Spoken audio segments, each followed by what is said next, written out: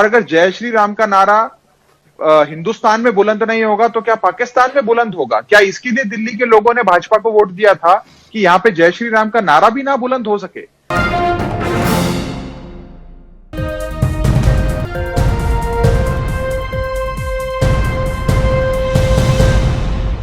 रिंकू शर्मा की हत्या को लेकर जिस तरह से लगातार सियासत हो रही है, लगातार राजनीति हो रही है, और उसको लेकर जिस तरह से हिंदूवादी संगठनों ने और बीजेपी ने इस पूरे मामले को जिस तरह से एक रंग देने की न सिर्फ कोशिश की है बल्कि उसमें काफी हद तक कामयाब भी रहे हैं। जिस तरह से रिंकू शर्मा के आरोपी के घर पर हिंदूवादी संगठन पहुंचे और जय श्री राम के नारों के साथ उसके घर पर तोड़फोड़ की गई, पुलिस वहां पर मौजूद थी, पुलिस ने किसी को भी रोकने की कोशिश नहीं की। जब काफी हंगामा हो गया, तोड़फोड़ कर ली, तो उसके बाद पुलिस ने अपना काम शुरू किया। पुलिस के हाथ में ना कोई लठ था, ना कोई और जो है ऐसी चीज थी जिससे उनको रोका जा सके, जिससे आप अंदाजा लगा सकते हैं कि दिल्ली पुलिस का जो रोल दिल्ली के फसादात में, दिल्ली के जो राइट्स हुए थे उसमें जो उजागर हुआ है, पूरी दुनिया दिल्ली पुलिस को लेकर जो सवालात खड़े कर रही हो। जिस तरह से अब किसान आंदोलन को लेकर के दिल्ली पुलिस ने जिस तरह से बैरिकेड लगाए हैं, जिस तरह से कीलें लगाई हैं रोड पर, जिस तरह से तार लगाए गए हैं, उसको लेकर भी पूरी दुनिया में दिल्ली पुलिस की थू थू हो रही। लेकिन दिल्ली पुलिस है कि सुधरने का नाम नहीं ले रही। रिंकू शर्मा के मामले में भी कुछ इस तरह से सामने आया। आज आपसे जो मैं रूबरू हुआ हूं, उसका मकसद मेरा यह है कि आम आदमी पार्टी, जिसको कुछ दानिश्वर, कुछ पढ़े लिखे लोग शुरू से ही ये कहते हैं कि ये आरएसएस की बी टीम है, अन्ना आंदोलन से लेकर अरविंद केजरीवाल के सीएम बनने तक लगातार अरविंद केजरीवाल की जहनियत के ऊपर सवालात खड़े होते रहे और ये कहा जाता रहा कि ये लोग बिल्कुल आरएसएस की बी टीम है। जिस तरह से दिल्ली राज्य से कांग्रेस को इन लोगों ने खदेड़ा और उसके बाद बीजेपी जिस तरह से इनका इस्तेमाल कर रही है, और नूरा कुश्ती अक्सर दोनों में देखने में आती थी, लेकिन अब जब से तीसरी बार मुख्यमंत्री बनी है अरविंद केजरीवाल, वो भी अब खत्म हो गई है।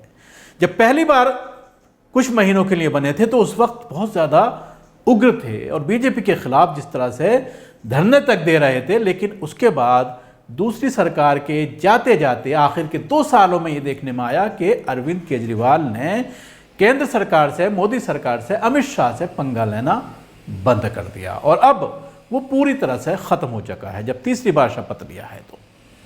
लेकिन इसके साथ ही कहीं ना कहीं, चाहे वो दिल्ली फसादात का मामला हो, दिल्ली दंगों का मामला हो, या और मुसलमानों को लेकर उर्दू अकेडमी का मामला हो, या जो मुस्लिम्स के इश्यूज हैं उनको लेकर अगर अरविंद केजरीवाल से सवालात किए जाते हैं तो वो ये कहते हैं कि सबको एक साथ लेकर चल रहे हैं, लेकिन दिल्ली दंगों में जो रोल रहा वो सबके सामने है।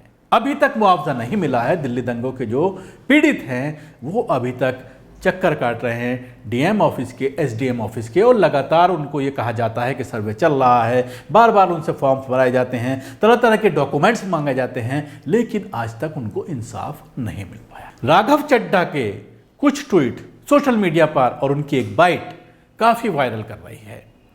4 ट्वीट हैं जिसमें उनकी मानसिकता पूरी तरह से उजागर हो गई है और ये बता दिया गया है कि आम आदमी पार्टी आरएसएस का ही विंग है। पहले मैं आपको ट्वीट सुनाता हूं, आप अपने टीवी स्क्रीन पर इनको देख सकते हैं। पहला ट्वीट, रिंकू शर्मा के जय श्री राम का नारा लगाने पर उनकी हत्या हुई।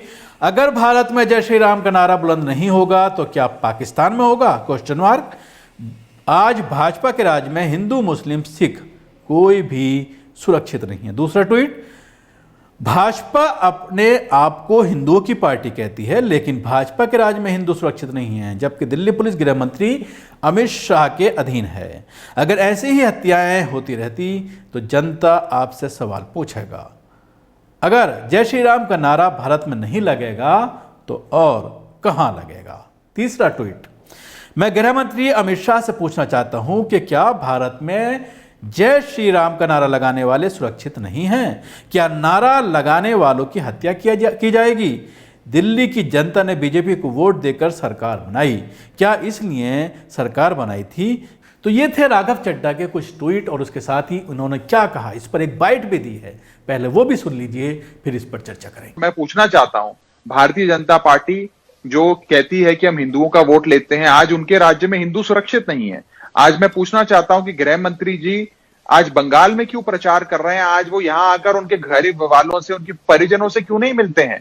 आज अभी तक पुलिस कमिश्नर वहां पे क्यों नहीं गए हैं? और अगर जय श्री राम का नारा हिंदुस्तान में बुलंद नहीं होगा तो क्या पाकिस्तान में बुलंद होगा? क्या इसके लिए दिल्ली के लोगों ने भाजपा को वोट दिया था कि यहां पे जय श्री राम का नारा भी ना बुलंद हो सके?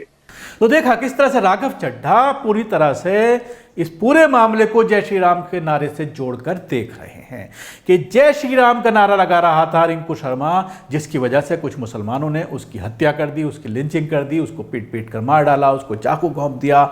इस तरह की चीजें इनके जरिए कही जा रही हैं। हालांकि दिल्ली पुलिस का जो पहला बयान आया था, जो शुरुआती बयानात आए थे, चाहे वो पीआरओ की बात करें या वहां के एडिशनल डीसीपी आउटर दिल्ली के जो पहली बाइट आई थी, उसमें साफ तौर पर कहा गया था कि ये आपसी विवाद था, लड़ाई झगड़ा था, जिसकी वजह से ये हत्या हुई। पहले आप उस बयान को भी सुन लीजिए। सर, परिवार की तरफ से आरोप लगाया जा रहा है कि जय श्री राम का नारा बोलने पर हत्या की गई, इसमें कितनी सच्चाई है? हम लोग परिवार वर्ग के साथ संपर्क में हैं और अब तक की तफ्तीश में जो पता चला है कि शुरुआती घटना की शुरुआत उस बर्थडे पार्टी की लड़ाई झगड़ा से हुई थी, लेकिन इन्वेस्टिगेशन के दौरान हम तमाम चीजों को जांच कर रहे हैं। सुना आपने किस तरह से दिल्ली पुलिस इस पूरे मामले को बता रही है। लेकिन जैसे जैसे हिंदू संगठन इस पूरे मामले पर आए, राजनीतिक पार्टियां आई, राजनीति शुरू हो गई। जिस तरह से आम आदमी पार्टी ने भी बीजेपी को घेरने की कोशिश की और बीजेपी ने पूरी तरह से हिंदूवादी संगठनों का साथ दिया। दिल्ली पुलिस को यह आदेश दिए गए कि आप खामोश रहिए, अगर उनके आरोपियों के घर पर कोई हंगामा करता है तो आप तमाशाई बनकर देखते रहिए। जिस तरह से हमेशा अमित शाह के जरिए दिल्ली पुलिस को ऑर्डर दिए जाते हैं, क्योंकि दिल्ली पुलिस अमित शाह के अधीन है। और बार बार जिस तरह से मैंने पहले भी कहा कि दिल्ली दंगों में जो रोल है दिल्ली पुलिस का वो उजागर है, और कोर्ट में जिस तरह से बयानात दिल्ली पुलिस के आ रहे हैं, जो एफआईआर की चीज़ें आ रही हैं, उसको जिस तरह से जो एडवोकेट्स हैं आरोपियों के, वो जब उस पर बहस कर रहे हैं तो वो कोर्ट में टिक नहीं पा रहे हैं और ज़्यादातर मामलों में लोगों को जमानतें मिल रही हैं। वहीं दूसरी तरफ अगर गैर मुस्लिमों की बात की जाए, वो खुलेआम घूम रहे हैं। बहुत ही कम गिरफ्तारियाँ हुई हैं। ज़्यादा लोग जो मरे हैं वो मुसलमान मरे हैं, लेकिन गिरफ्तारियां भी मुसलमानों की ज़्यादा संख्या में हुई हैं। और कपिल मिश्रा, अनुराग ठाकुर जिस तरह से खुलेआम घूम रहे हैं, जिनको लेकर एक कोर्ट के एक जज ने जिस तरह से ये कहा था कि 24 घंटे के अंदर इस पर जवाब दे दिल्ली पुलिस, और उनको रातों रात जिस तरह से वहाँ से हटा दिया गया था, तो उसी वक्त से पूरी तरह से स्पष्ट हो गया था कि बीजेपी के जरिए इस पूरे दंगे को कराया गया है और अब आरोपियों को बचाने की पूरी कोशिश की जा रही है। इस मामले में, रिंकू शर्मा के मामले में, जिस तरह से बीजेपी और आम आदमी पार्टी एक ही सुर में बात कर रहे हैं और ये बार बार कहा जा रहा है कि जय श्री राम का नारा लगाने की वजह से हत्या की गई थी, तो इससे स्पष्ट हो जाता है कि आम आदमी पार्टी भी पूरी तरह से संघ की, आरएसएस की बी टीम है और उसी के लिए ये पूरी तरह से काम कर रही है।